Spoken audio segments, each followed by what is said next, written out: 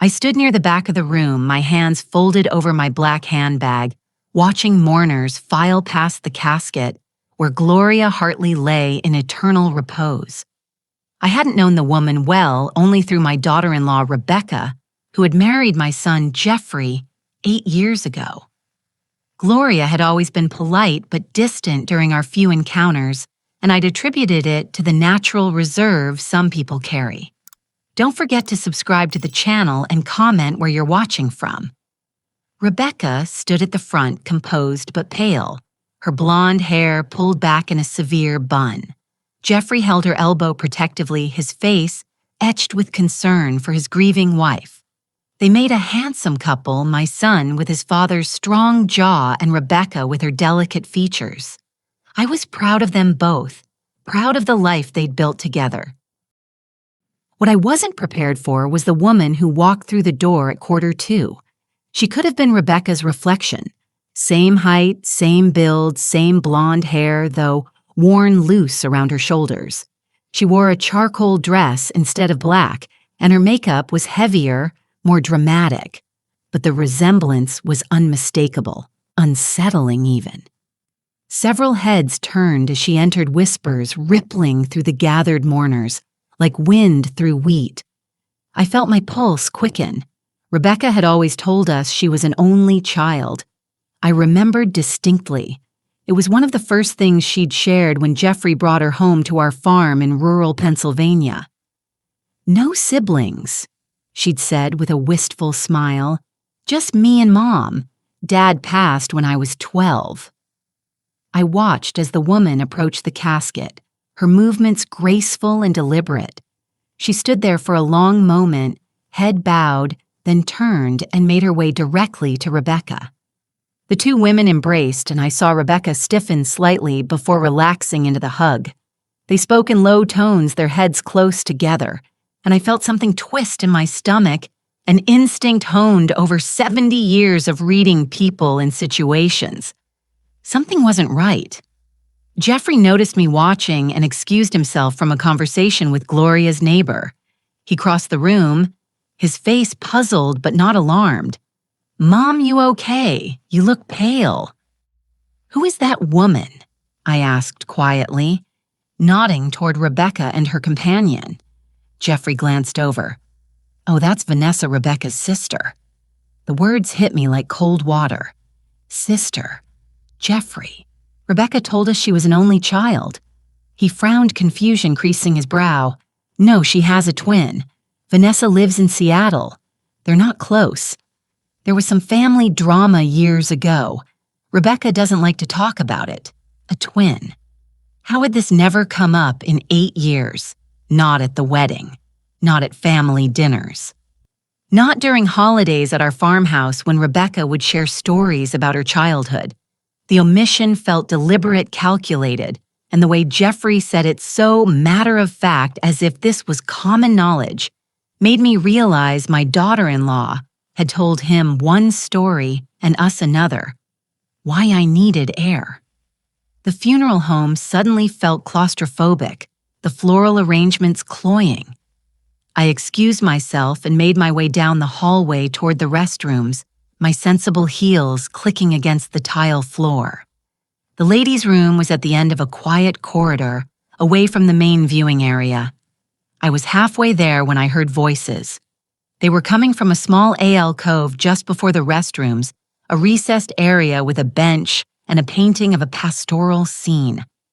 I recognized Rebecca's voice immediately, though I'd never heard it sound quite so cold. Now that Mom is gone, she can't tell anyone what we did. We're finally safe.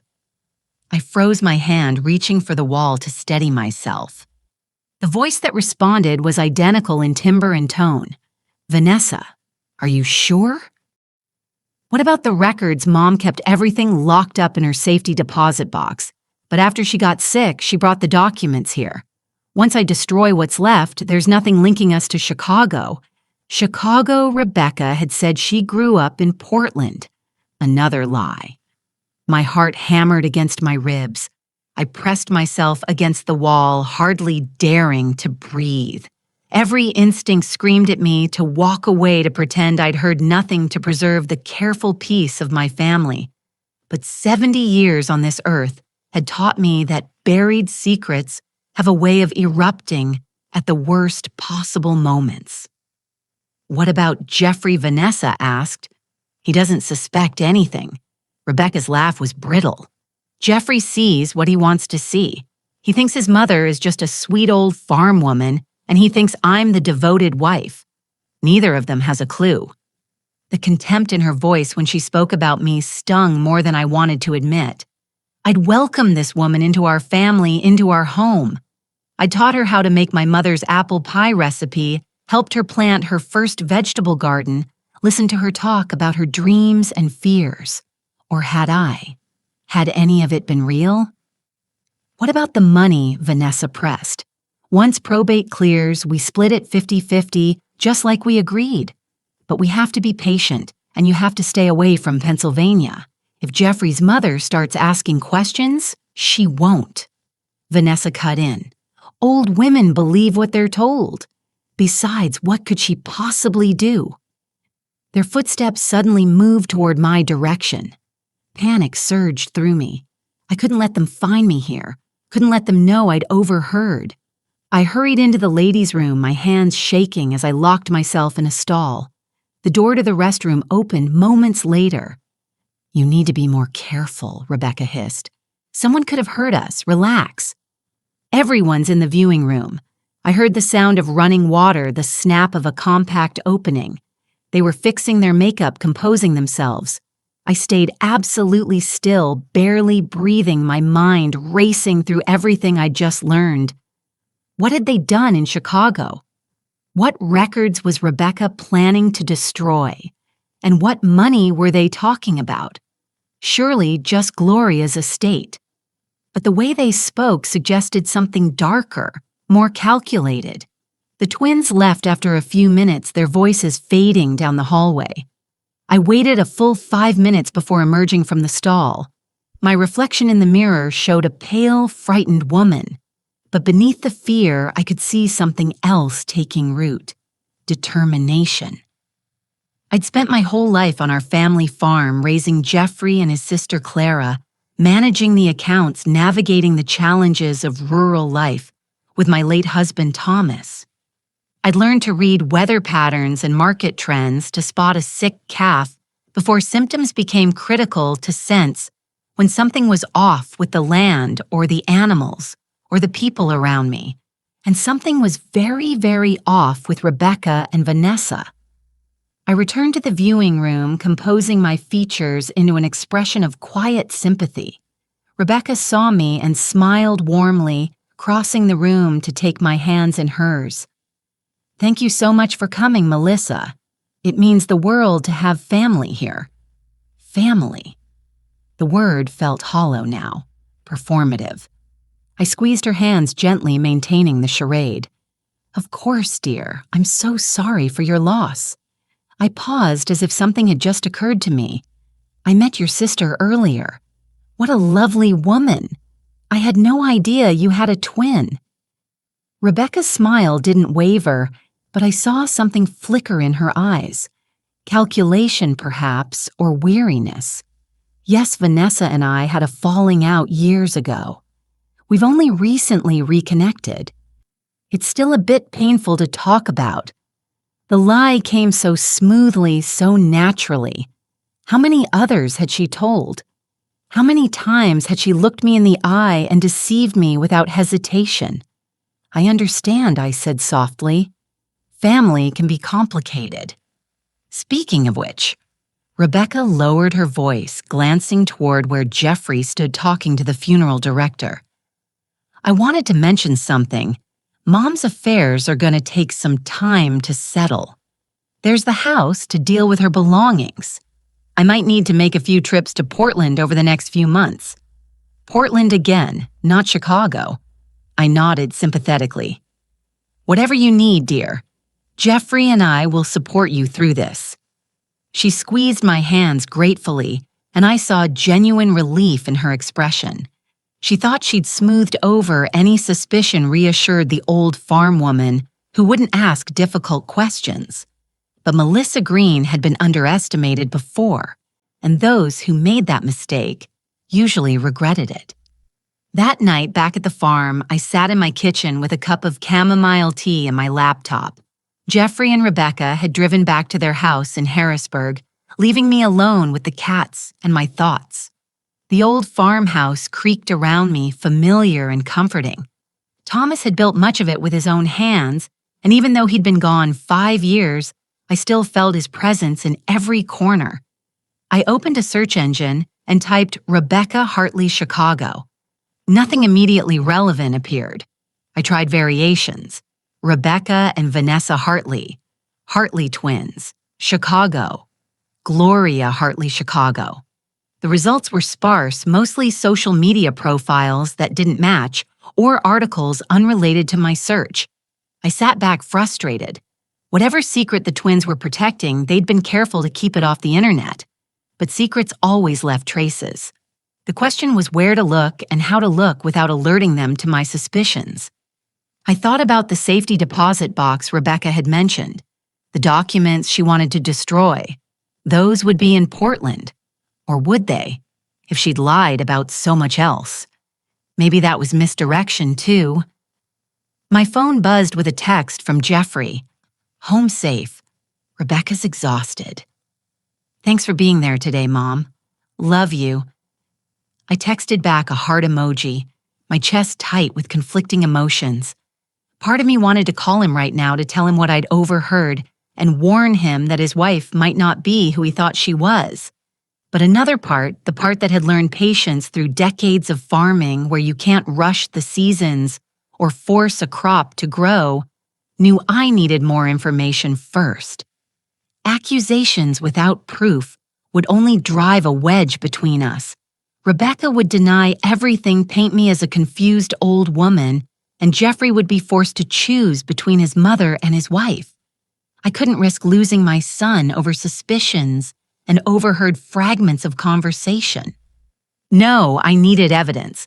I needed to understand what the twins had done before I could protect Jeffrey from it. I pulled out my address book, an actual paper book leather, bound and worn, and flipped through the pages until I found what I was looking for. Stephen Lewis, a name from 30 years ago, when he'd helped us with a property dispute involving our northern acreage.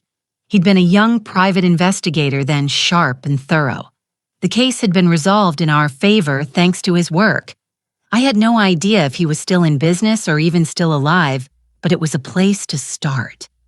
I glanced at the clock. 10:30. Too late to call. I decided tomorrow I would make the call and take the first step down a path I suspected would change everything. Outside, the wind picked up, rattling the window frames. Storm coming, probably. I could smell it in the air. That particular electric quality that precedes a downpour. I'd always been good at reading signs, at sensing when conditions were about to shift, and every instinct I had was screaming that a storm was coming, one that had nothing to do with weather and everything to do with the secrets buried in my daughter-in-law's past. I finished my tea and locked up the house, checking doors and windows with my usual thoroughness. Upstairs in my bedroom, I changed into my nightgown and sat at the window seat that overlooked the east pasture. The moon was nearly full, casting silver light across the fields. Thomas and I had worked for 43 years. This land represented everything I believed in. Honesty, hard work, roots that went deep. Whatever Rebecca and Vanessa had done, whatever they were hiding, it threatened not just my son's happiness, but the values this family had been built on. I would uncover their secret. I would protect Jeffrey, and I would do it with the same careful patience I'd learned from a lifetime of coaxing life from stubborn soil. The storm broke just after midnight, rain hammering against the roof in sheets. I lay awake listening to it, thinking about twin sisters in Chicago and words spoken in a funeral home Owl Cove.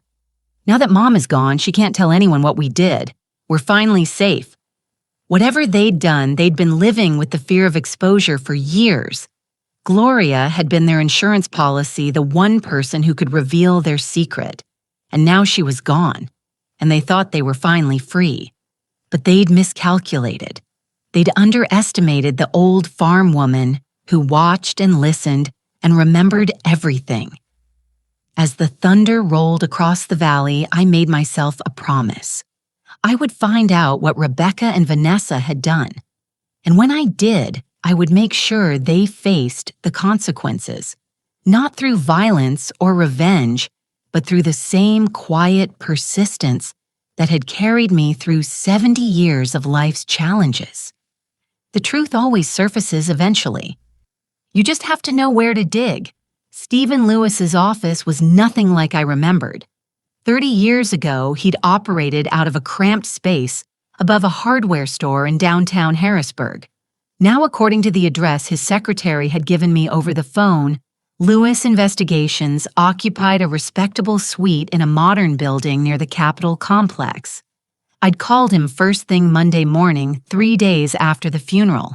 His voice had aged deeper, rougher, but he'd remembered me immediately.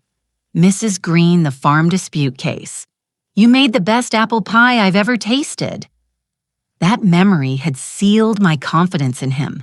A man who remembered small kindnesses after 3 decades was someone I could trust. Now I sat across from him in his tidy office, my hands folded over my purse, feeling suddenly uncertain about what I was doing. Stephen had aged well, his dark hair now silver, but still thick, his brown eyes sharp and assessing behind wire-rimmed glasses. "Tell me everything," he said, simply pulling out a yellow legal pad. I did. The funeral, the twin sister, the overheard conversation, Rebecca's lies about being an only child and growing up in Portland versus Chicago. When I finished, Stephen was quiet for a long moment, his pen tapping against the pad. "You understand this could get complicated," he said finally. "If your daughter-in-law discovers you're investigating her, she won't." I interrupted more firmly than I felt. I've been managing a farm and a family for 50 years without broadcasting my every move. He smiled slightly. "Fair enough. I'll need some basic information to start. Rebecca's full name, date of birth, if you know it, any other details you can provide about her background." I pulled out a small notebook from my purse. I'd prepared for this writing down everything I knew about Rebecca. Her maiden name, Hartley, approximate age 34, where she and Jeffrey had met a coffee shop in Harrisburg, where she'd been working her mother's full name, Gloria Ann Hartley. It wasn't much, but it was a start. Stephen took notes, asking occasional questions. And the twins' name is Vanessa, same last name I assume. So she didn't introduce herself. I only know her name from Jeffrey. I'll start with public records. See what I can find about the sisters and their mother. Chicago will be the focus, since that's where they apparently have something to hide. He paused, studying me with those keen eyes. "Mrs. Green, I have to ask, have you considered that whatever I find might be something you don't want to know?" I met his gaze steadily. "My son married this woman. She shares his bed, his home, his future. If there's something in her past that could hurt him, I need to know. Whatever the truth is, I can handle it." "All right then. I'll be in touch within a week."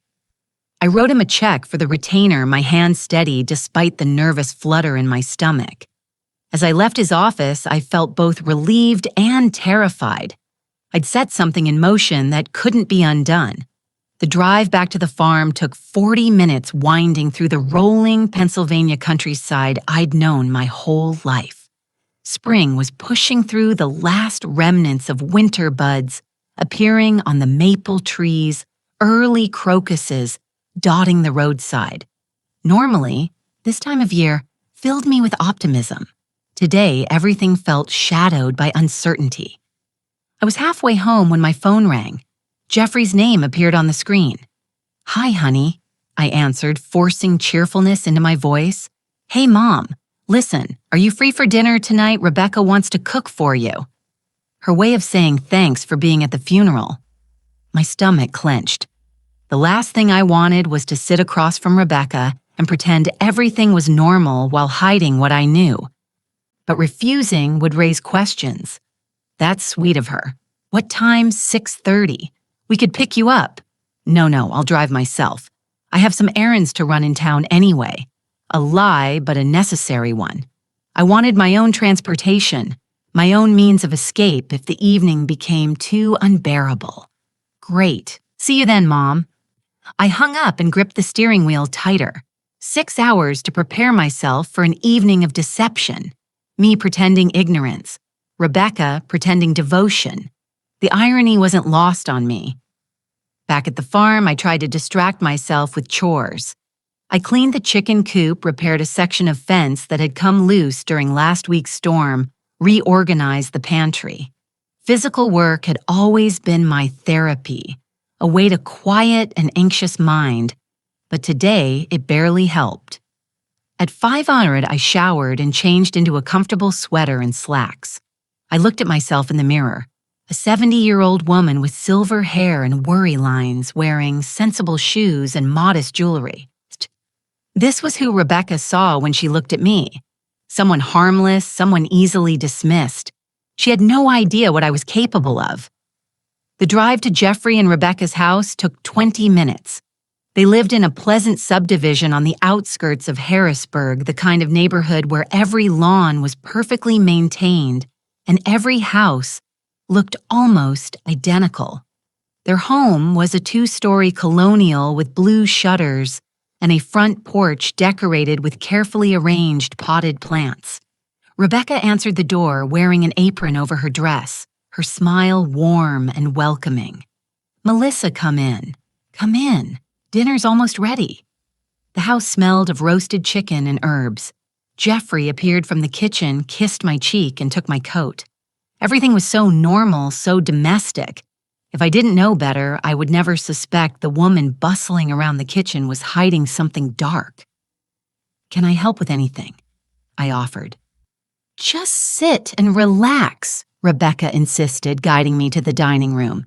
"You've done so much for us over the years. Let me take care of you for once." The table was set beautifully. Good china cloth napkins, fresh flowers in a centerpiece. Rebecca had gone to considerable effort. I wondered if this was guilt or calculation, a performance designed to reinforce the image of the devoted daughter-in-law. Over dinner, we made small talk. Jeffrey told me about a project at work. He was a civil engineer currently overseeing the renovation of a historic bridge. Rebecca shared plans for her mother's house, which would need to be cleared out and put on the market. "It's in Portland, right?" I asked, innocently cutting into my chicken. "That's quite a trip." "Yes," Rebecca said smoothly. "I'm planning to fly out next month, spend about a week going through everything." Mom was a bit of a pack rat, unfortunately. 50 years of accumulated belongings. I can't imagine how overwhelming that must be. I sympathized. "Will your sister help?" Something flickered across Rebecca's face just for an instant before the pleasant mask returned. "Vanessa has her own life in Seattle. We'll coordinate, but most of the work will fall to me." "That hardly seems fair," I ventured. "Surely as twins you should share the burden equally." Rebecca's smile tightened almost imperceptibly. "Vanessa and I have different approaches to these things. I prefer to handle it myself and avoid conflict." Jeffrey reached over and squeezed his wife's hand. "Mom, Rebecca's relationship with her sister is complicated. Let's not push." I backed off as expected, the beautiful mother respecting boundaries, but I'd learned something. Rebecca was uncomfortable discussing Vanessa, and Jeffrey was protective of his wife's sensitivity on the subject. They'd trained him well. I realized trained him to deflect questions and defend their privacy. After dinner, while Rebecca served coffee and homemade pie, my phone buzzed with a text. I glanced at it discreetly under the table. "Steve and Lewis need to speak with you." Important call when alone. My heart rate kicked up. It had only been hours since our meeting. What could he have found so quickly? "Everything okay?" Mom, Jeffrey asked, noticing my distraction. Oh, just Clara checking in. I lied, referring to my daughter who lived in Vermont. I'll call her back later. I made it through the rest of the evening on autopilot, praising Rebecca's cooking, admiring their recent renovations to the guest bathroom, discussing plans for Easter, which was still weeks away. Every moment felt like walking on a tightrope, maintaining perfect balance while my mind screamed with questions about Stephen's message. Finally, at 9:00, I made my excuses. These old bones need their rest, I said with a self-deprecating smile. Thank you both for a lovely evening. Rebecca hugged me at the door. Drive safe. And Melissa, I really do appreciate you being there for me last week. It meant everything. I hugged her back, feeling her slender frame against mine, and wondered what secrets that body carried. What had those hands done in Chicago? What lies had that sweet mouth told family takes care of family? I said softly, and saw genuine emotion in her eyes. Or was it just another layer of deception? I drove home carefully through the dark country roads, waiting until I was safely inside my farmhouse before calling Stephen back. He answered on the first ring. Mrs. Green, I'm glad you called. What did you find? I ran a basic background check on Rebecca Hartley, cross-referencing with Chicago records like you suggested. He paused. There's no record of anyone named Rebecca or Vanessa Hartley ever living in Chicago. I sank into my kitchen chair. That's impossible. I heard them. I'm not saying they weren't there. I'm saying they weren't there under those names. His voice was grave. Mrs. Green, I also checked Portland.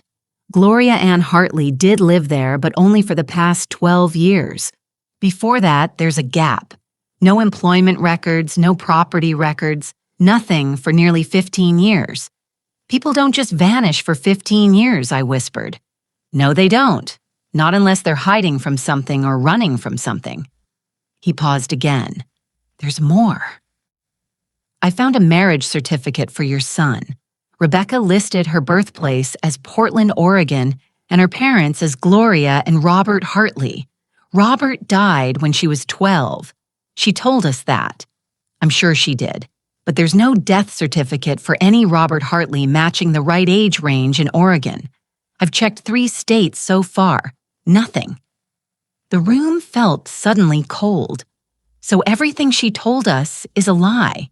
It appears that way. The question is why? What are they hiding that requires an entirely fabricated past? I thought about the overheard conversation again. Now that Mom is gone, she can't tell anyone what we did. What crime was serious enough to require new identities? What had 2 young women done that haunted them years later? I need you to keep digging, I said firmly. Find out who they really are. Mrs. Green, if they're using false identities, this goes beyond a simple background check. We could be talking about witness protection fraud or something worse. Are you sure you want to continue? My son is married to a woman who doesn't exist. Yes, I'm sure. All right, but be careful. If Rebecca realizes you're investigating, she might. He didn't finish the sentence, but I understood the implication. Someone who had built an entire false life wouldn't let it crumble without a fight. After hanging up, I sat in my kitchen for a long time. The silence of the old house pressing in around me. The antique clock on the wall ticked steadily. The sound that had marked every important moment of my adult life. Thomas's death. The kids' graduations, quiet mornings and peaceful evenings. Now it counted down to something else, a reckoning. I went to Thomas's old study, a room I'd barely touched in 5 years, and pulled out the filing cabinet where we'd kept important documents, birth certificates, deeds, insurance policies, tax returns going back decades, everything organized, everything documented, everything real. My hands found what I was looking for: Jeffrey's birth certificate, his social security card, the deed to the small trust fund we'd established when he was born, evidence of a life lived in the light with nothing to hide. Rebecca had none of this, No real past, no genuine history. She'd inserted herself into my son's life like a virus into healthy tissue. And now I had to cut her out before she destroyed him. But I needed more than suspicion. I needed proof. I returned to the kitchen and pulled out my laptop again. This time I searched for something different. Missing Persons Chicago, 2010-2015 in Chicago Unsolved Crimes Twins. The results were overwhelming. Hundreds of cases, thousands of names, but somewhere in that digital haystack was a needle, a story that would explain why two women had erased their past and built new lives on lies. I was still searching at midnight when exhaustion finally forced me to bed. As I climbed the stairs, I heard the wind picking up outside branches scraping against the siding. I decided tomorrow I would visit the local library and search newspaper archives. I would call Stephen again and push him to expand his search. I would smile at Rebecca and play the harmless old woman while secretly pulling apart every thread of her fabricated life. The storm that had started at a funeral home was just beginning, and this time I was the one who wouldn't be safe. The Harrisburg Public Library opened at 9 on Tuesday mornings. I was waiting at the doors at 8:45, my notebook and reading glasses in hand, feeling like a detective in one of those old mystery novels Thomas used to read. The librarian, a young woman with kind eyes and colorful tattoos, helped me access the newspaper archives. "We have digital records going back to 1995, she explained, settling me at a computer terminal. "What dates are you interested in?" "Chicago Tribune, 2008 to 2015. I said I'm looking for stories about twins missing persons or unsolved crimes involving sisters. She didn't ask why, bless her, just showed me how to use the search functions and left me to my work. For 2 hours, I scrolled through headlines and articles, my eyes straining at the screen. Hundreds of stories, none of them quite right. Then at 11:15, I found something that made my blood run cold. Twin sisters saw it in suburban investment fraud scheme. The article was from September 2012, buried in the Metro section. I leaned closer, my heart pounding. Chicago police are seeking Rachel and Veronica Brenner, 22-year-old twin sisters, in connection with an investment fraud that built elderly victims out of an estimated $800,000. The sisters allegedly posed as financial advisors, targeting retirees in affluent Chicago suburbs. Victims report that the twins worked in tandem with one sister building trust, while the other managed the fraudulent accounts. Warrants have been issued for their arrest on charges of wire fraud, identity theft, and elder abuse. Anyone with information should contact. The article included a photograph, grainy and black and white, from the newspaper scan. Two young women, blonde, pretty, almost identical. The caption read, "Rachel and Veronica Brenner wanted for questioning." My hands trembled as I zoomed in on the faces. They were younger, early 20s instead of mid-30s. But the bone structure was right, the set of the eyes, the shape of the mouths. I couldn't be absolutely certain from a 12-year-old newspaper photo, but every instinct screamed that I was looking at Rebecca and Vanessa. Elder fraud. They'd targeted people my age, people like Thomas and me, stealing their retirement savings and disappearing. And now one of them was married to my son. I printed the article along with several others from follow-up stories. The investigation had apparently gone cold within months. The Brenner sisters had vanished completely, and police speculated they'd fled to Mexico or changed their identities. By 2014, the case was rarely mentioned. The final article I found from January 2015 reported that most victims had never recovered their money. Several had lost their homes. One elderly man had taken his own life after losing everything to the Brenner twins. I sat back in my chair feeling sick. These weren't just con artists. They were predators who destroyed lives without remorse. And Gloria had known. She must have helped them disappear. Helped them create new identities as Rebecca and Vanessa Hartley. Now that Mom is gone, she can't tell anyone what we did. I gathered my printouts with shaking hands and thanked the librarian. In my car, I called Stephen immediately. I found them, I said, without preamble. Rachel and Veronica Brenner, Chicago, 2012. Elder fraud. There was a sharp intake of breath. You're certain. As certain as I can be from a newspaper photo. You need to verify it, but Stephen, they stole from retirees. Hundreds of thousands of dollars. People lost everything. I'll start cross-referencing immediately. Mrs. Green, if this is accurate, we need to involve the police. Not yet. The words came out harder than I intended. I need to understand the full picture first. If we go to the police now, Rebecca will know I'm behind it. She could run. And Jeffrey, my voice broke slightly, Jeffrey will be devastated. I need to handle this carefully. Melissa. It was the first time he'd used my first name. If your daughter-in-law is a wanted fugitive, you could be in danger. These aren't people who play games. I've been careful. She has no idea I suspect anything. Are you sure about that? The question chilled me.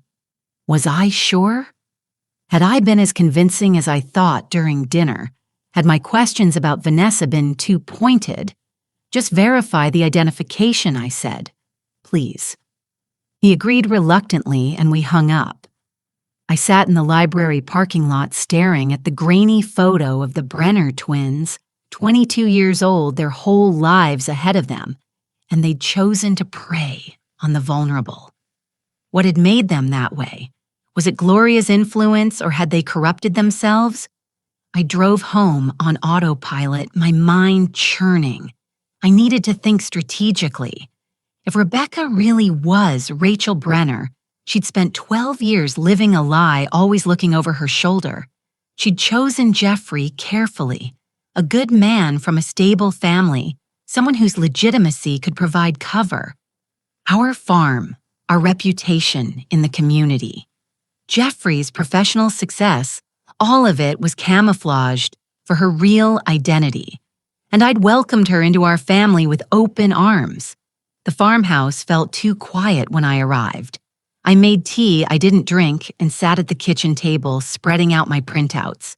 I needed to organize what I knew, create a timeline. 2012, Rachel and Veronica Brenner commit fraud in Chicago. 2013, 2016, the sisters disappear possibly with Gloria's help. 2017, Rebecca appears in Harrisburg, meets Jeffrey. 2018, they marry, present, Gloria dies. Rebecca believes she's finally safe, but there were gaps. Where had they been between 2012 and 2017? How had Gloria obtained false identities for her daughters? And where was the money they'd stolen? My phone rang, interrupting my thoughts. Jeffrey's name appeared on the screen. I almost didn't answer, afraid I wouldn't be able to hide what I knew. But ignoring him would raise suspicion.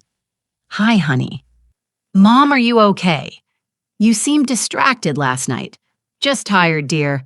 It was a lovely dinner, though. Good. Listen, I have a favor to ask. He paused. Rebecca needs to fly to Portland next week to deal with her mother's estate. I can't get time off work right now. We're at a critical point with the bridge project. Would you be willing to go with her? Every alarm bell in my head went off at once. Rebecca wanted me to go with her to Portland, which almost certainly meant she was planning to destroy evidence at Gloria's real location. Or worse, this was a test. Maybe she had noticed my questions, my careful probing. Maybe this was her way of getting me alone away from witnesses. I don't know, Jeffrey. It's a long trip. And please, Mom, I'd feel so much better knowing she wasn't dealing with all that alone. You're good at organizing, sorting through things, and you and Rebecca have such a nice relationship. The irony of that statement nearly made me laugh. Instead, I forced myself to sound thoughtful. When would this be? She's looking at flights for next Wednesday. 4 days, maybe 5. Let me check my calendar and get back to you. After hanging up, I immediately called Stephen. Rebecca wants me to go to Portland with her next week. Absolutely not. Melissa, if she's... who we think she is. If I refuse, it'll seem suspicious. And if she's planning to destroy evidence, I need to see where she goes and what she does. You're 70 years old. You're not a trained investigator. This is dangerous. I'm 70 years old and I've survived a farm fire, a tornado, and raising 2 teenagers. I shot back. I can handle Rebecca Hartley or Rachel Brenner or whoever she really is. Silence on the line. Then if you're going to do this, we need to take precautions. I'll get you a GPS tracker for your phone and a small recording device. You document everything, but you stay safe. At the first sign of real danger, you get out. Understood, understood. And Melissa, I should have the photo identification verified by tomorrow. I'll let you know what I find. That evening, I sat in Thomas's old recliner, the one I'd been unable to give away after he died, and tried to imagine what he would say if he were here. Thomas had been a practical man, straightforward and honest to a fault. He would have confronted Rebecca directly, demanded the truth, probably called the police immediately. But Thomas had never understood the subtleties of maneuvering around difficult people. He'd grown up with brothers' straightforward competition and clear hierarchies. I'd grown up with sisters where conflicts were rarely direct and victories were often silent.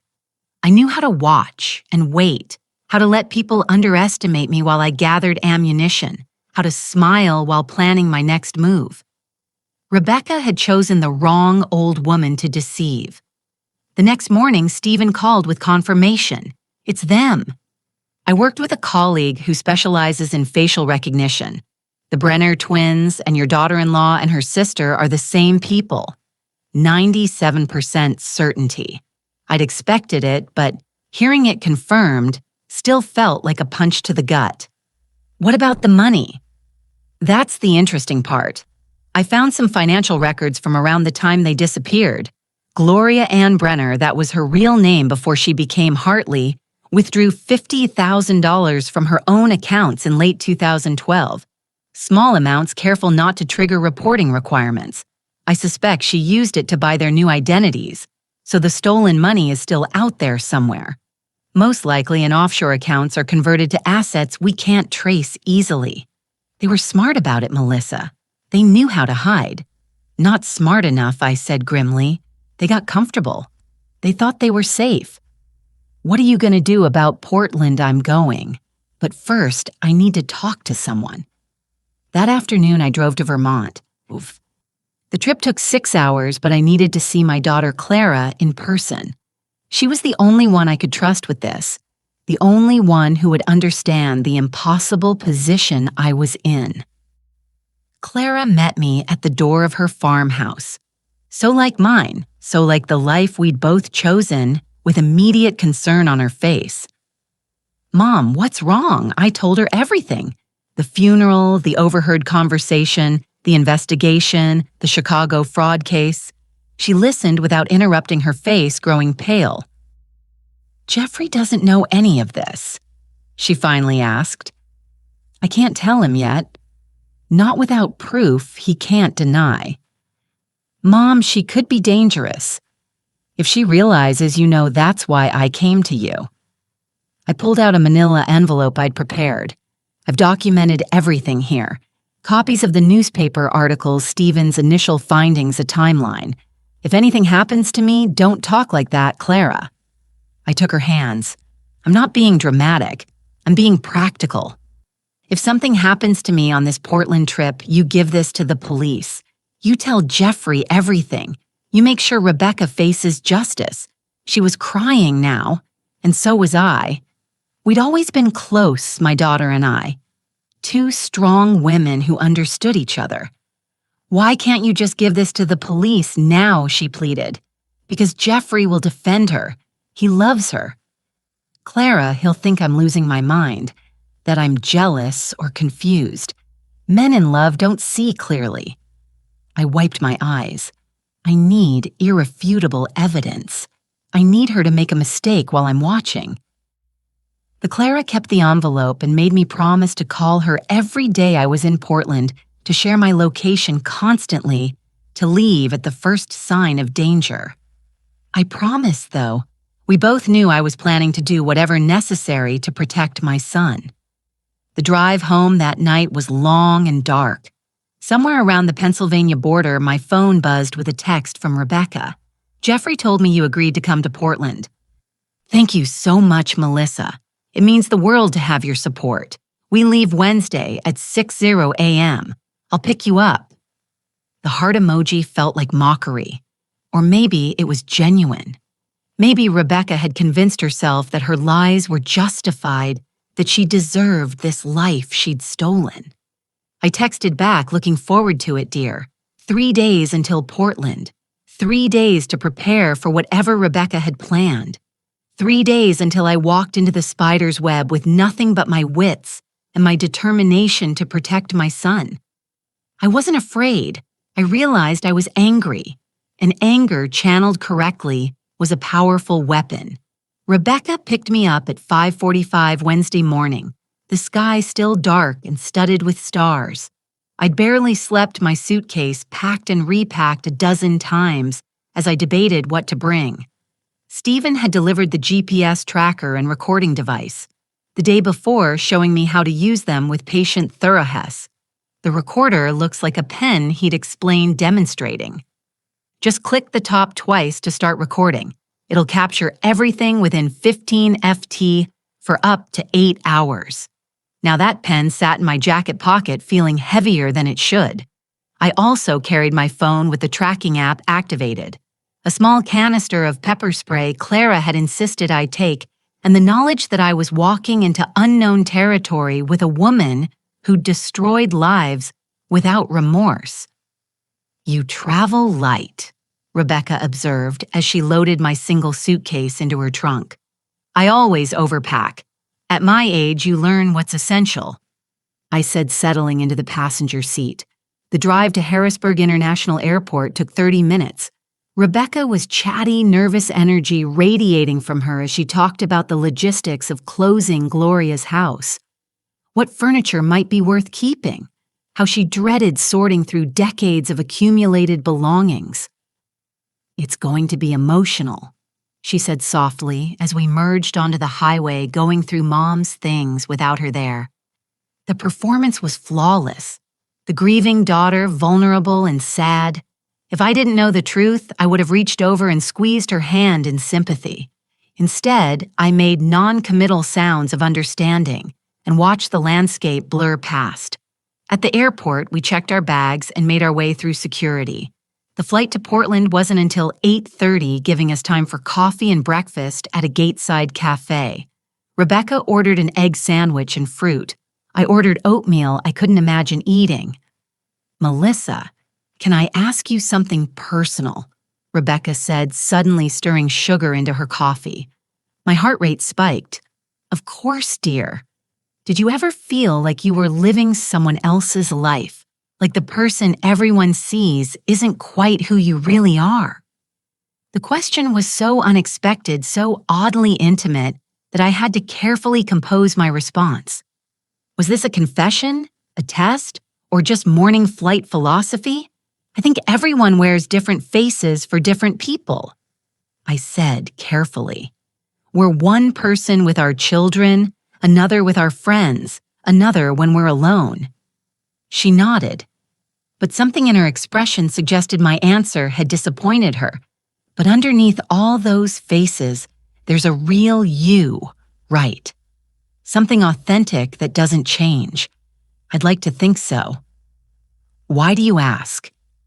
She looked out the terminal window at the planes being serviced on the tarmac. Sometimes I wonder if Mom really knew me. The real me, not the version I showed her. I'm sure she knew you loved her, I offered. That's what matters, is it? Her eyes met mine, and for just a moment I saw something raw there. Doubt or fear or maybe regret. Then it vanished behind her pleasant mask. Sorry, I'm getting Emlyn. Grief does strange things to your head. The flight was uneventful. Rebecca read a magazine while I pretended to sleep. My mind racing through possibilities. Where were we really going? Gloria's house had to be somewhere. Stephen's research suggested she'd lived in Portland for 12 years, but that didn't mean the house contained what Rebecca really needed to destroy. We landed in Portland just after 11 local time.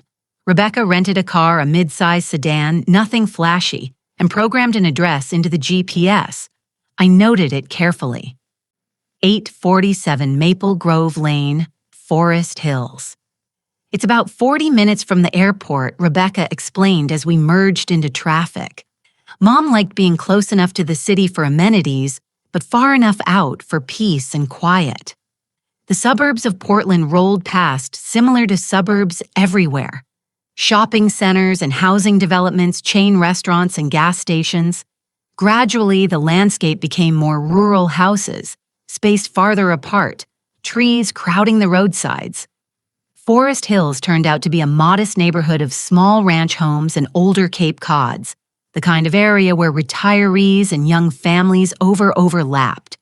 Number 847 was a pale yellow ranch with white trim, a neat lawn, and a Pharrell sign already planted near the mailbox. That was fast, I commented, nodding at the sign. I listed it last week, Rebecca said, pulling into the driveway. No point waiting. The market's good right now. She unlocked the front door, and we stepped into the still, stale air of an empty house. The furniture was still there. Floral couch matching armchair oak coffee table, but it already had that abandoned feeling as if the life had drained out with Gloria's last breath. I've been dreading this, Rebecca said quietly, setting down her purse. Every room is full of memories. I followed her through the house, making mental notes. 2 bedrooms, 1 bathroom, Eden kitchen, small basement. Everything was tidy but dated. Wallpaper from the 90s, appliances that had seen better days, carpeting worn thin in the traffic paths. Why don't you start in the kitchen, Rebecca suggested. Pack up anything you think is worth keeping. Good dishes appliances that work. I'll tackle Mom's bedroom. It was a reasonable division of labor, and it separated us. I clicked the pen recorder in my pocket twice and began opening kitchen cabinets, placing items on the counter as if sorting them, while actually searching for anything unusual. 30 minutes later, I'd found nothing but ordinary kitchen supplies and a collection of takeout menus. I moved to the living room, examining the bookshelf, the desk in the corner, the decorative boxes on the mantel. That's when I heard Rebecca upstairs, except there was no upstairs. The house was a single-story ranch. I froze listening. The sounds were coming from below the basement. Moving quietly, I found the basement door in the hallway and opened it slowly. Wooden stairs descended into darkness, but I could see light at the bottom and hear Rebecca moving around. She was talking to someone. I know, she said, her voice tight with stress. I'm handling it. No, she doesn't suspect anything. Vanessa calmed down. The old woman is harmless. I should have stayed upstairs. I should have pretended I heard nothing, but I needed to know what was in that basement, what Rebecca was protecting. I descended the stairs, carefully testing each step for creaks. The basement was finished. Drop ceiling, laminate flooring, fluorescent lights. Rebecca stood with her back to the stairs, her phone to her ear, facing a large filing cabinet against the far wall. I said, I'll take care of it. She hissed into the phone. Just stay in Seattle and keep your mouth shut. She ended the call and yanked open the filing cabinet's top drawer. It was stuffed with folders, and she began pulling them out, frantically stacking them on a nearby table. I retreated up 3 steps, then made a show of descending again, calling out, Rebecca, do you need help with anything? She spun around, eyes wide with surprise, and something that might have been fear. For a moment, she just stared at me. Then she smiled, but it didn't reach her eyes. Melissa, I didn't hear you come down. I finished with the kitchen. I thought I gestured vaguely at the basement. Actually, this is mostly just Mom's old tax records and bills. Boring stuff. Why don't you start on the bedroom closet? I'll deal with this. It wasn't a request. I nodded and retreated upstairs, my pulse hammering. She was destroying evidence. The files she'd mentioned at the funeral. Whatever was in that basement filing cabinet, it was important enough to risk this trip. I went to Gloria's bedroom and opened the closet, but my mind was on the basement. How could I get back down there without Rebecca noticing? And what exactly was in those files? 20 minutes later, Rebecca emerged from the basement carrying a cardboard box. "I'm going to take this to the car," she announced. "Just some personal papers I want to keep." The moment she was outside, I hurried back to the basement. The filing cabinet was nearly empty now, most of the folders gone. But Rebecca had been in a hurry and she dropped one. It lay half hidden under the table. I grabbed it and flipped it open. Inside were bank statements from 2011, but not for Gloria Hartley. These were for Gloria Brenner, with an address in Wetka, Illinois, wealthy suburb of Chicago. The statements showed regular deposits, Social Security pension payments, interest from investments, and normal retirees' income. But there were also large withdrawals in late 2012, $50,000 in cash taken out in increments of $9,000 to stay under federal reporting requirements. I snapped photos with my phone hands shaking with adrenaline. Then I heard the front door open. Rebecca was coming back. I shoved the folder back under the table and rushed up the stairs, making it to Gloria's bedroom, just as Rebecca entered the hallway. Finding anything interesting, she asked, her tone casual, but her eyes sharp. "Just clothes. I wasn't sure what you wanted to do with them. Donation boxes are in the garage. Anything wearable can go to Goodwill."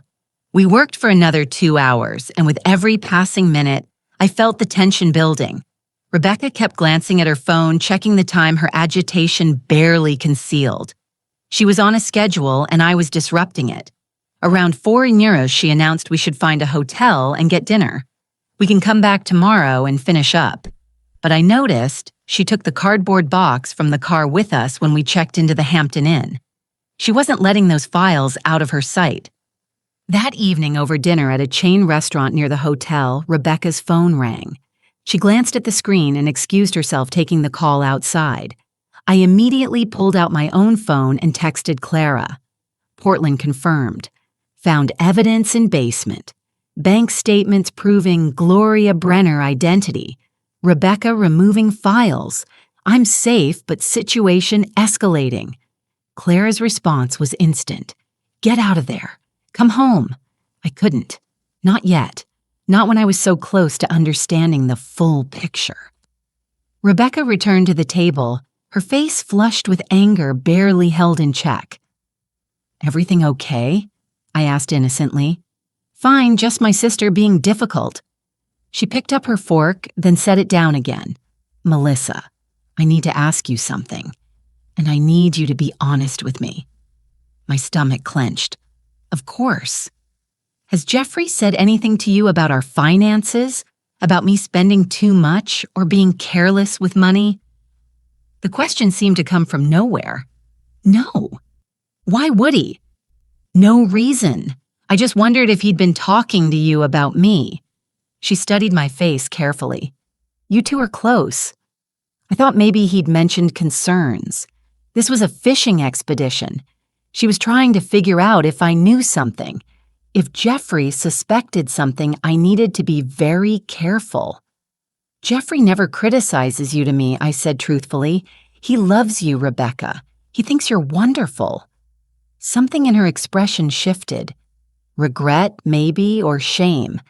"He's a good man, too good for someone like me." The admission hung in the air between us. Was this another performance, or was she revealing something real I couldn't tell anymore? The woman across from me was a skilled liar who'd been playing a role for years. "Why would you say that?" I asked gently. She shook her head. "Ignore me. I'm tired and emotional. Dealing with Mom's death has me thinking about my life, my choices." She attempted a smile. "Let's talk about something else. Tell me about the farm." "Jeffrey says, you're thinking of planting a new orchard." We shifted to safer topics, but the conversation felt hollow. I was watching her, and she was watching me. Both of us pretending everything was normal while secrets piled up between us like stones in a wall. Back at the hotel, I waited until I heard Rebecca's shower running in the adjacent room, then called Stephen. I found bank records proving Gloria was really Gloria Brenner from Wetka. She withdrew the money to buy their new identities. I have photos. That's good work. But Melissa, you need to be careful. If Rebecca realizes what you found, I know, but there's more in that house. Tomorrow, I need to get back into that basement alone. How are you planning to do that? I don't know yet, but I'll figure something out. After we hung up, I sat on the hotel bed and reviewed the photos I'd taken. The bank statements were clear evidence that Gloria had helped her daughters disappear. But I still needed proof that Rebecca was Rachel Brenner. Needed something that would stand up in court and convince Jeffrey. A sound in the hallway made me look up. Footsteps outside my door. Pausing. I held my breath, watching the shadow in the gap beneath the door. Then Rebecca's voice. "Melissa, are you still awake?" My heart pounded. I quickly locked my phone and went to the door, opening it with the chain still engaged. Rebecca stood there in her pajamas and robe, her expression worried. "I'm sorry to bother you, but I thought I heard you on the phone. Is everything okay?" How much had she heard? The walls in cheap hotels were notoriously thin. "Just checking in with Clara," I said easily. "She worries when I travel." Rebecca nodded slowly. "Of course. Well, good night. We have a long day tomorrow." I closed the door and leaned against it, listening to her footsteps retreat. Then I heard her door open and close. She was suspicious. I'd been too careful, too interested, too present, and now she was watching me as closely as I was watching her. I wedged a chair under my doorknob, probably useless, but it made me feel safer and tried to sleep. Every sound in the hotel seemed magnified. Voices in other rooms, the ice machine, humming cars in the parking lot. Around 2:00 in the morning, I heard Rebecca's door open again. Footsteps in the hallway descending the stairs. Where was she going? I got up and looked out my window.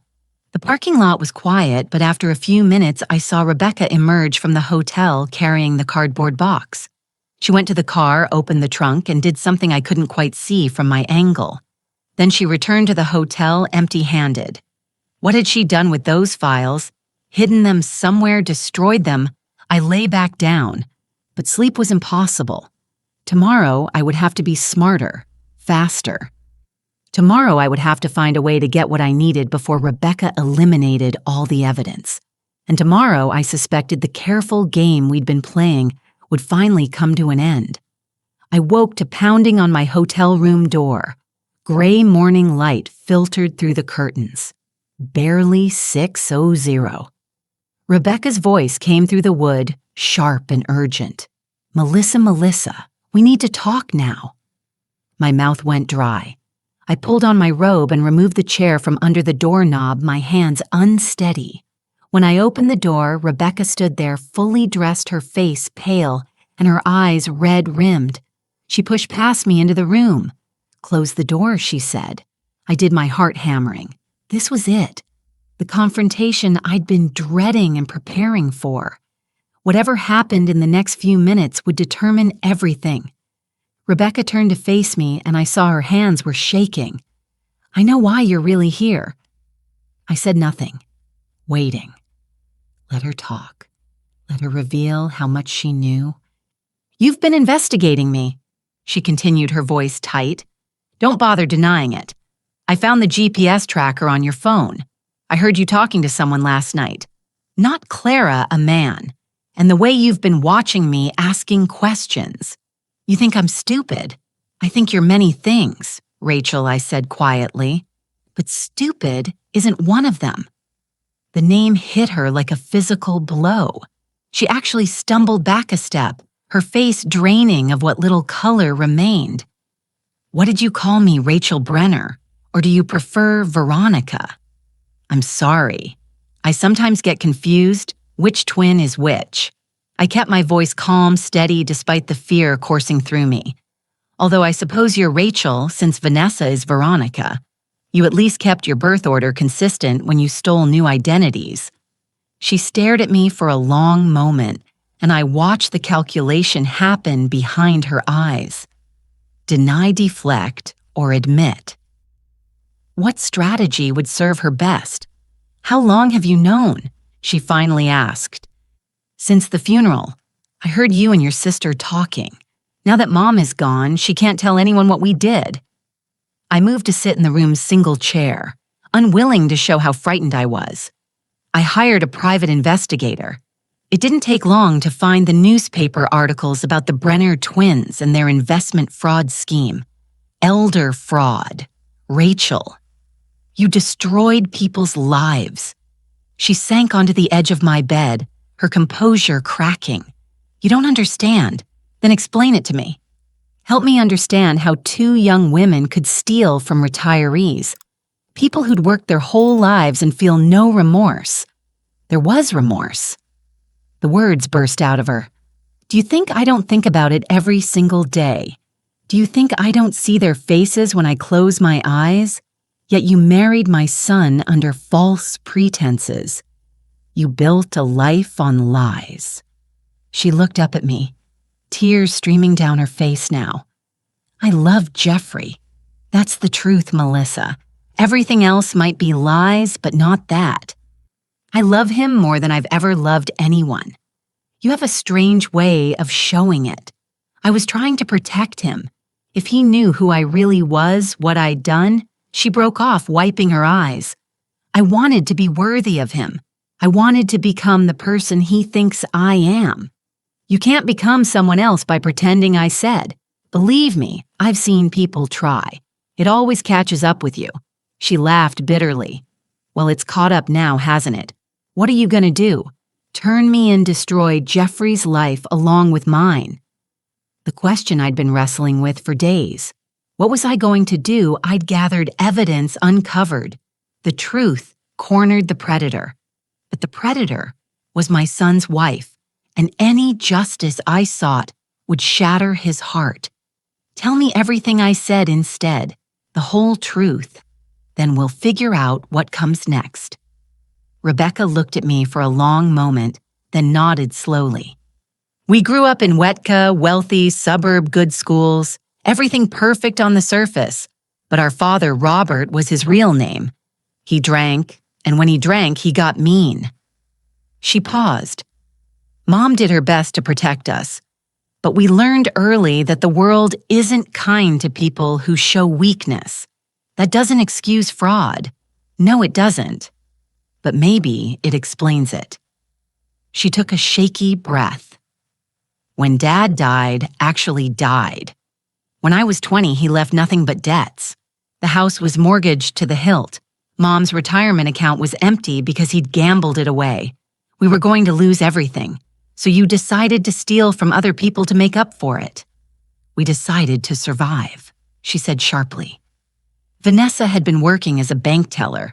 She saw how easy it was to manipulate older clients, how trusting they were.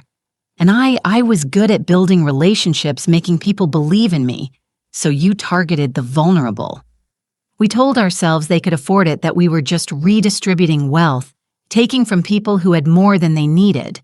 She shook her head. The rationalizations were endless. But the truth was simpler.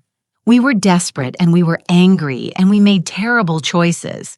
How much did you steal? $843,000 over 18 months. We were careful, spread it across dozens of small investors. But one of them, Mr. Patterson, he got suspicious, started asking questions, comparing notes with other victims. Her voice dropped to almost a whisper. He took his own life, left a note saying he couldn't face his wife, couldn't tell her he'd lost everything they'd saved. The pain in her voice sounded genuine. And that's when you ran. That's when we realized what we'd become. Mom helped us disappear, used most of what we'd stolen to buy new identities, new lives. The rest went into accounts we couldn't touch without exposing ourselves. We agreed we'd never use the money, never profit from what we'd done. Noble, I said dryly. Did that make you feel better? She flinched. No, nothing made us feel better. Vanessa went to Seattle, became a dental hygienist, tried to lose herself in routine. I came here to a small city where nobody knew me, and then I met Jeffrey and saw an opportunity. No. She stood up, agitated. I tried to stay away from him. I knew I didn't deserve someone like him, but he was so good. Melissa, so honest and kind and everything I'd never been. He made me want to be better. So you lied to him from the very first day. What was I supposed to do?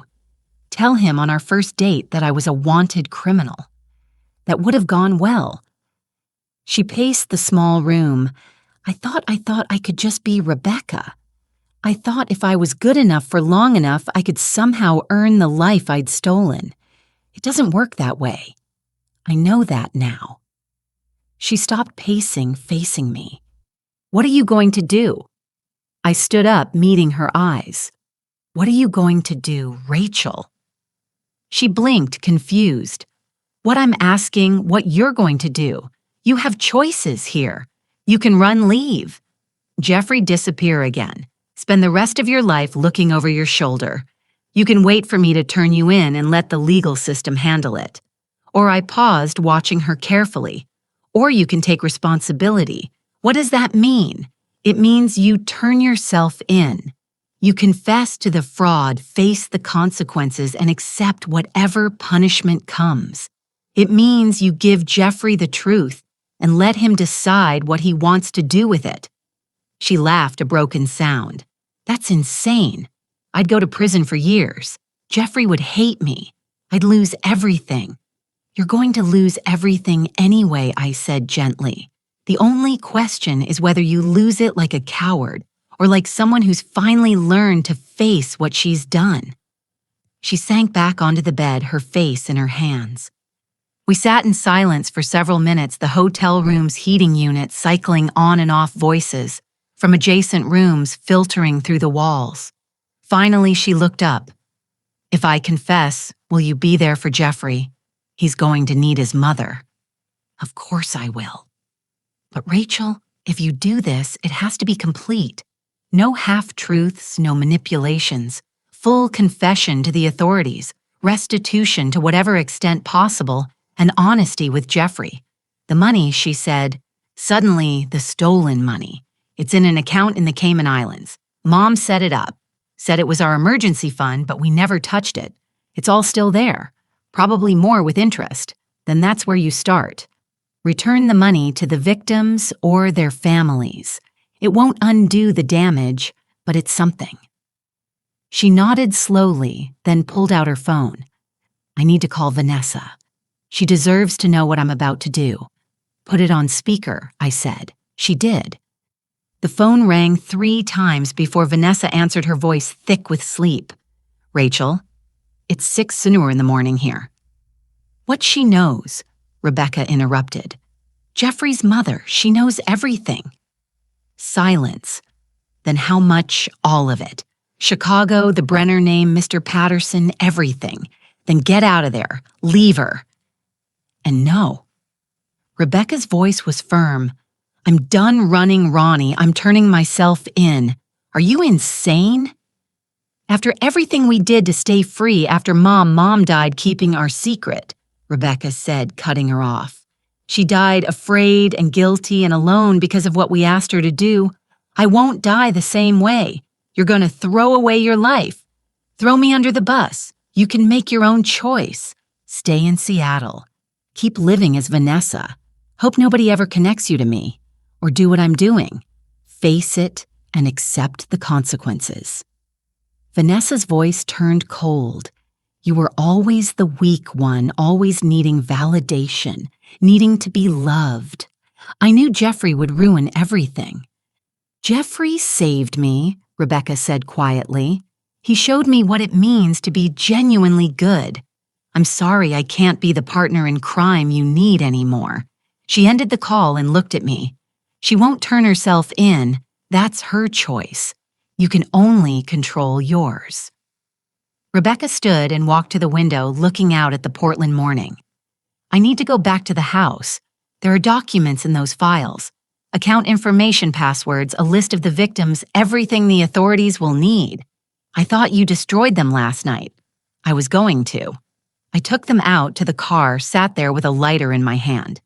She turned to face me, but I couldn't do it. Some part of me, the part that still feels guilty, that still has a conscience, I couldn't destroy the evidence. I hid the box in the garage instead. We checked out of the hotel and drove to Gloria's house in silence. The morning was gray and cold, threatening rain.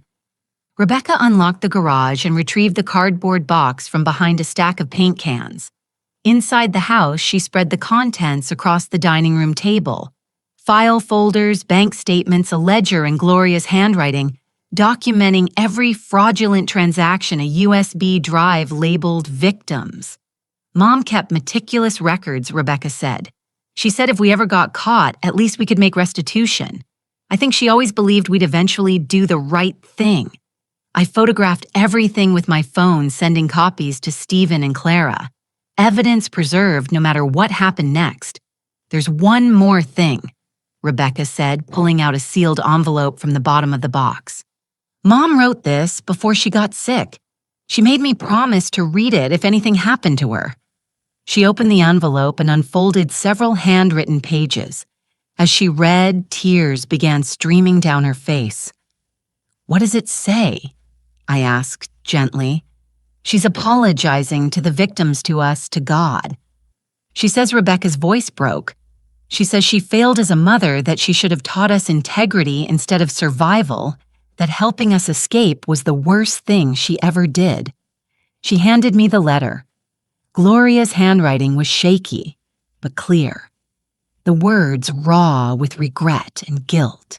She'd carried this burden alone for 12 years, dying without ever unburdening herself. She wanted us to turn ourselves in, Rebecca whispered. She was just too afraid we'd hate her for it. She loved you. I said, parents do terrible things for love sometimes.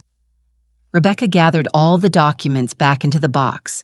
I need to tell Jeffrey before I go to the police. He deserves to hear it from me. I'll be there.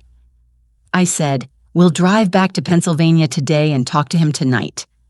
She nodded, then looked at me with something like wonder. Why are you helping me? I lied to your son. I inserted myself into your family under false pretenses. You should hate me. I thought about that.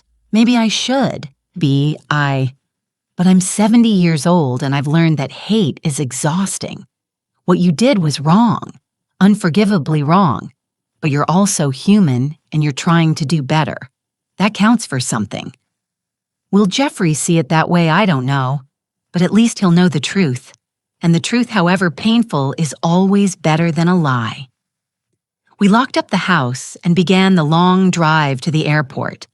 As we traveled, Rebecca talked about her childhood, her fears, her hopes for a future she knew was slipping away.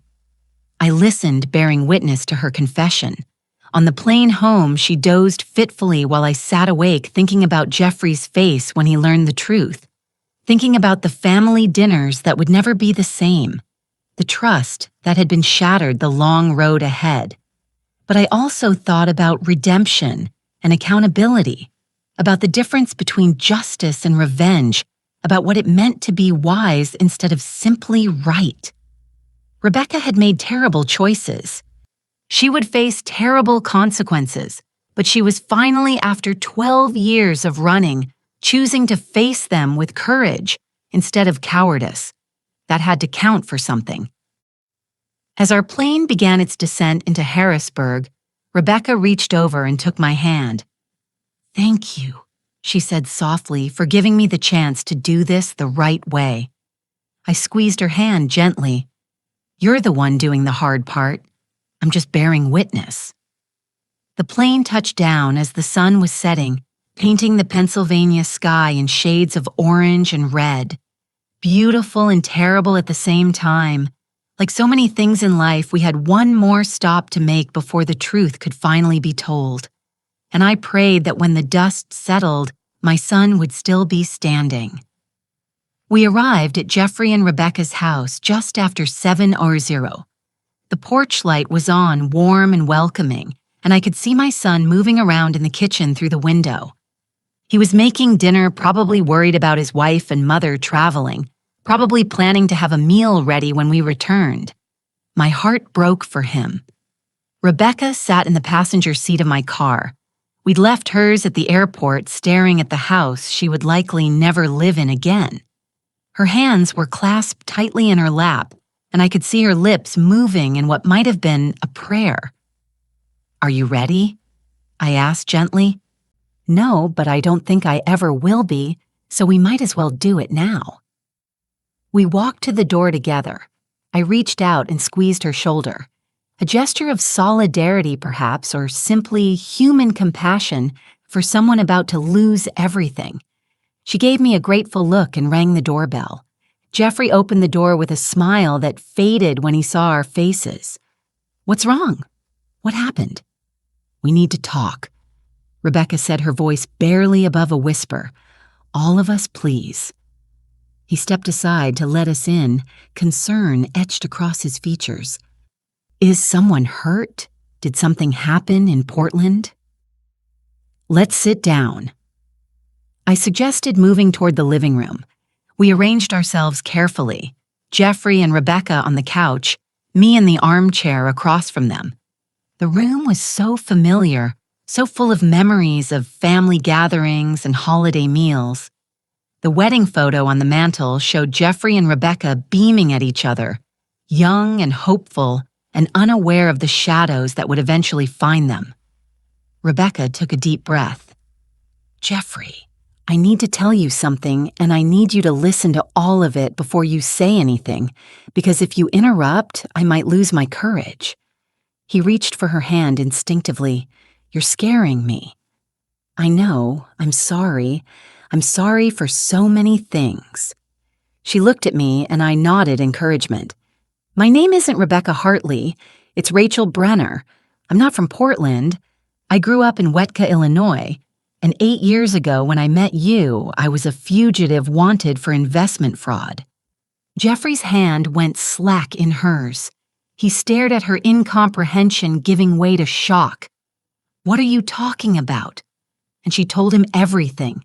The abusive father, the desperation after his death, the decision to target vulnerable retirees, the 18 months of systematic fraud, Mr. Patterson's suicide, the flight from Chicago, Gloria's help in creating new identities, the 12 years of hiding. I watched my son's face transform as he listened. Disbelief became horror. Horror became anger. Anger became something more complex. Betrayal mixed with grief, mixed with the slow, terrible realization that the woman he'd loved was someone he'd never really known. When Rebecca finished, silence filled the room like water in a sinking ship. "Say something," she finally whispered. "Please." Jeffrey stood up abruptly and walked to the window, his back to us. His shoulders were rigid, his hands clenched at his sides. When he spoke, his voice was thick with emotion. "Who are you? Because you're not the woman I married.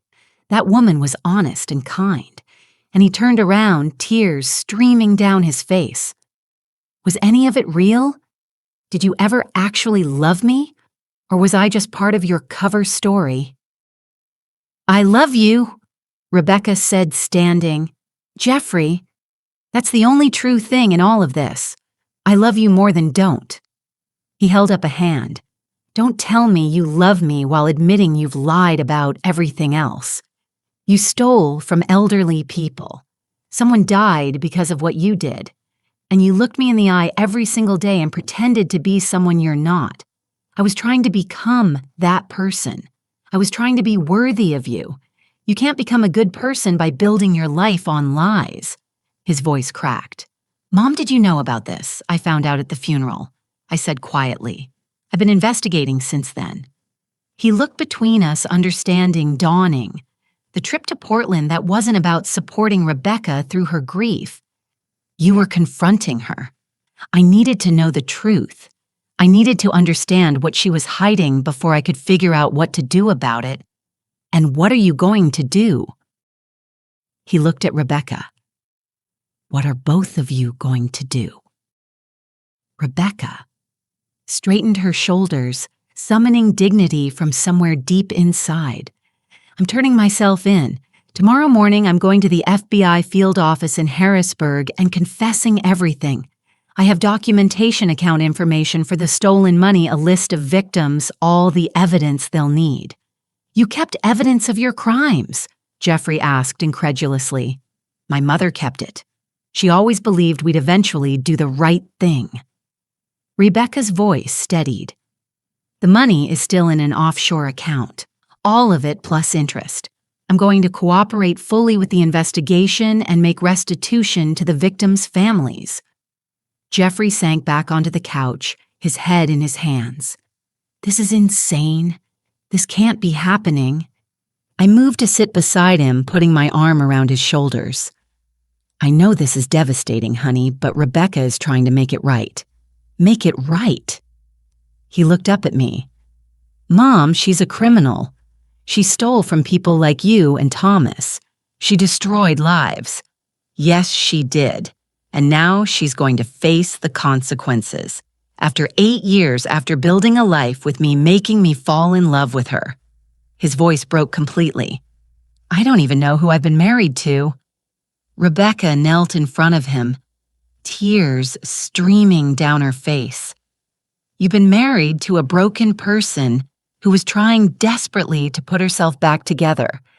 You've been married to someone who learned what real love looks like because you showed her. Jeffrey, everything good in me came from knowing you. That's not fair, he said, but his voice was softer now. You don't get to make me complicit in your redemption. You're not complicit. You're innocent. You're the only innocent person in this whole mess. She reached for his hand, and this time he didn't pull away. I'm going to prison. I know that. I deserve that. But before I go, I need you to know that loving you was the best thing I ever did. The only completely unselfish thing. They sat like that for a long moment, both crying while I watched from my chair and felt my own tears falling. This was what betrayal looked like when it wore the face of love. Not clean or simple, but messy and complicated and heartbreaking. Finally, Jeffrey spoke. I need time. I need to think about all of this without you here. Rebecca nodded and stood. I'll stay at a hotel tonight. Give you space. No, I said firmly. You'll stay at the farm with me. Jeffrey needs his space, and you need someone to make sure you don't run. She gave me a look of such gratitude that I almost couldn't bear it. Thank you, Melissa. Jeffrey walked us to the door but didn't hug either of us goodbye. He looked hollowed out, a shell of the confident, happy man who'd greeted us an hour earlier. As we drove away, I saw him standing on the porch, watching us go, and I wondered if he would ever be whole again. At the farm, I made tea, while Rebecca sat at the kitchen table where we'd shared so many meals over the years. The cats wound around her ankles, indifferent to human drama, and she reached down to pet them absently. He'll never forgive me, she said. Maybe not, but that's not why you're confessing, is it? You're confessing because it's the right thing to do, regardless of whether Jeffrey forgives you. Your mother must have been an exceptional woman to raise someone like you. I smiled sadly. She was tough as nails and twice as sharp. She used to say that doing the right thing rarely feels good at the time. That's how you know it's actually right and not just convenient.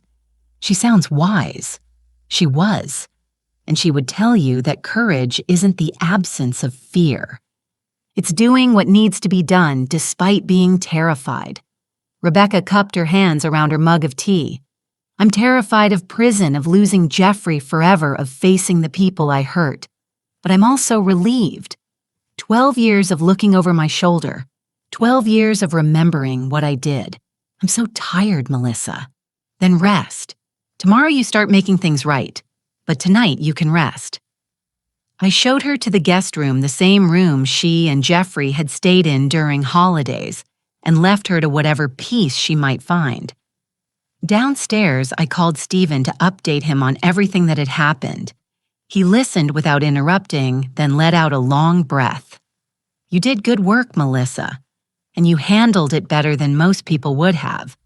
I don't feel like I handled it well. My son is devastated. Your son will heal. The truth hurts, but lies fester. You gave him the chance to know what he's really dealing with." After hanging up, I sat in Thomas's old recliner and thought about the past 2 weeks. I'd started with a mystery overheard at a funeral and ended with a woman ready to face justice for crimes committed in desperation and youth. It wasn't the ending I'd imagined when I first hired Stephen, but it felt right somehow. The next morning, I drove Rebecca to the FBI field office in Harrisburg. She dressed carefully, conservative suit, minimal makeup, looking every inch the respectable woman she'd pretended to be. She carried the cardboard box of evidence like a shield. "Do you want me to come in with you?" I asked. "No, this is something I need to do alone." She paused with her hand on the car door. "Will you tell Jeffrey, tell him I'm sorry. Tell him he deserves someone real. Tell him yourself. Write him letters from prison. Let him decide if he wants to read them." She nodded and got out of the car. I watched her walk into the building, shoulders back head high, and felt an unexpected surge of pride. This was courage, not the flashy kind that makes headlines, but the quiet kind that rebuilds souls. I drove home slowly, taking the long route past the fields and farms that had shaped my life. Spring was truly arriving now, everything green and new and full of promise. The land didn't care about human drama. It just kept growing, kept pushing forward, kept renewing itself season after season. That evening, Jeffrey called. Is she really turning herself in? She did. This morning, the FBI has all the evidence. A long pause. I don't know what I'm supposed to feel. You're supposed to feel exactly what you're feeling. Anger, betrayal, grief. It's all valid. Part of me still loves her. How messed up is that it's not messed up? It's human. Love doesn't shut off just because someone disappoints us. I paused, choosing my words carefully. Jeffrey, what Rebecca did was terrible, but she's trying to make amends. That doesn't erase her crimes, but it counts for something. I know. I need time to process all of this. Take all the time you need. I'll be here. Over the following weeks, the story unfolded in the news. The FBI arrested Vanessa in Seattle. She'd panicked when Rachel confessed and tried to flee to Canada. The stolen money was recovered and distributed to victims' families. 3 retirees who'd lost their homes were able to buy them back. Mr. Patterson's widow received a letter from Rachel begging forgiveness and explaining where the money to restore her savings had come from. Rachel pleaded guilty to all charges and was sentenced to 8 years in federal prison. The judge noted her cooperation and genuine remorse as mitigating factors, but emphasized that her crimes had devastated innocent people. Vanessa, who showed no remorse and fought the charges, received 12 years. Jeffrey filed for divorce but wrote Rachel a letter saying he hoped she'd use her time in prison to truly become the person she'd been pretending to be. It was more grace than most people would have shown, and I was proud of him for finding it.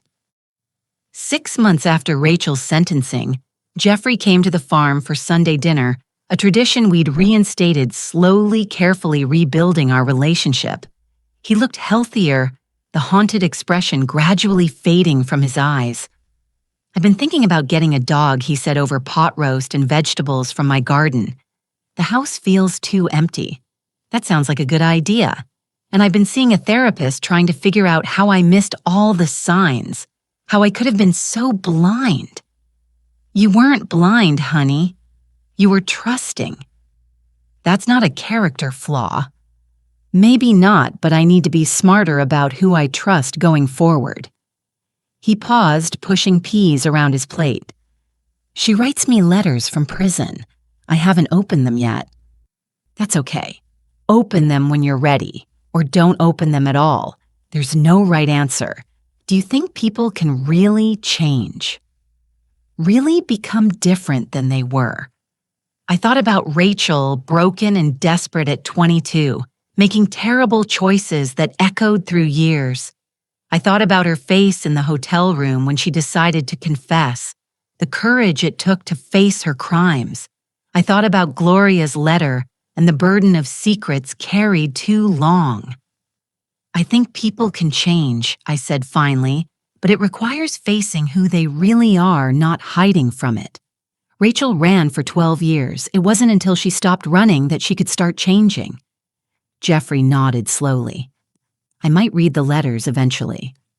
Whatever you decide, I support you. He reached across the table and took my hand.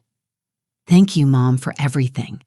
For investigating, for confronting her, for giving her the chance to do the right thing. I was angry at first, but now I see. You protected me the only way you could. That's what mothers do, even old ones. I squeezed his hand, especially old ones. We've got decades of practice reading people in situations. He smiled, the first real smile I'd seen from him in months. Remind me never to underestimate you. Too late. Everyone always does. I smiled back. That's my secret weapon. After Jeffrey left, I walked out to the pasture where Thomas and I used to sit and watch the sunset. The spring evening was mild, the sky painted in shades of pink and gold. In the distance, I could see the new orchard I'd planted, young trees that would take years to mature, but would eventually provide fruit for generations. Legacy, I thought, wasn't just about what you built, but about what you protected. I'd protected my son from a lie that would have eventually destroyed him. I'd given a broken woman the chance to face her past with dignity. I'd proven that wisdom and patience were more powerful than any weapon. The stolen money had been returned. The victims had found some measure of justice. Rachel and Vanessa were serving their sentences. Jeffrey was healing, and I was here on the farm that had taught me everything I knew about patience and seasons and the long arc of growth. The land would be here long after I was gone, passing to Jeffrey, and eventually to his children if he ever trusted enough to love again.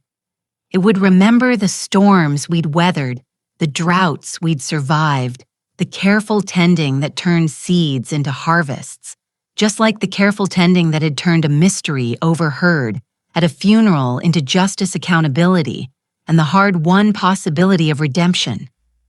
I walked back to the farmhouse as the stars began appearing, feeling Thomas's presence in the creaking floorboards and the familiar walls. He would have been proud of how I'd handled this, I thought. Proud of the patience, the strategy, the refusal to let anger override wisdom. Inside, I made my evening tea and settled into my chair with a book. The cats curled up beside me, purring contentedly. Tomorrow I'd work in the garden, tend to the chickens, maybe drive into town for supplies. Life would go on as it always did, steady and sure like the seasons.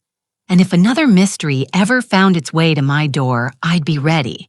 After all, I was Melissa Green, 70 years old, underestimated by everyone, and still sharp as the day was long. Let them keep underestimating me. It only made my victories sweeter.